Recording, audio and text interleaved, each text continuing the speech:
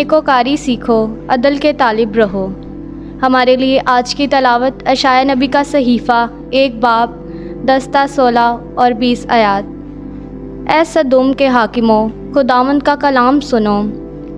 ए अमूरा के लोगों, हमारे खुदावंद की शरीयत पर कान लगाओ, नहाओ और पाक हो, और अपने कामों की शरीयत मेरी आँख के सामने से दूर कर दो और बदी करने से बाज आ जाओ।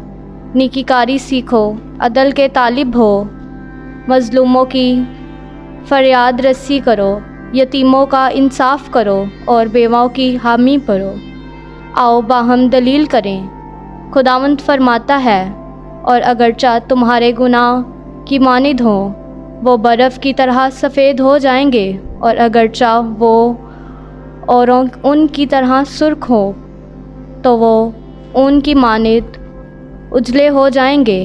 अगर तुम चाहो और तुम सुनो तो तुम ज़मीन की अच्छी चीज़ें खाओगे, पर अगर तुम इनकार करो और सरकश हो तो तलवार तुमको खा जाएगी, क्योंकि खुदावंद ने अपने मुँह से फरमाया है। पाक कलाम के पढ़े और सुने जाने पर खुदावंद की बरकत हो।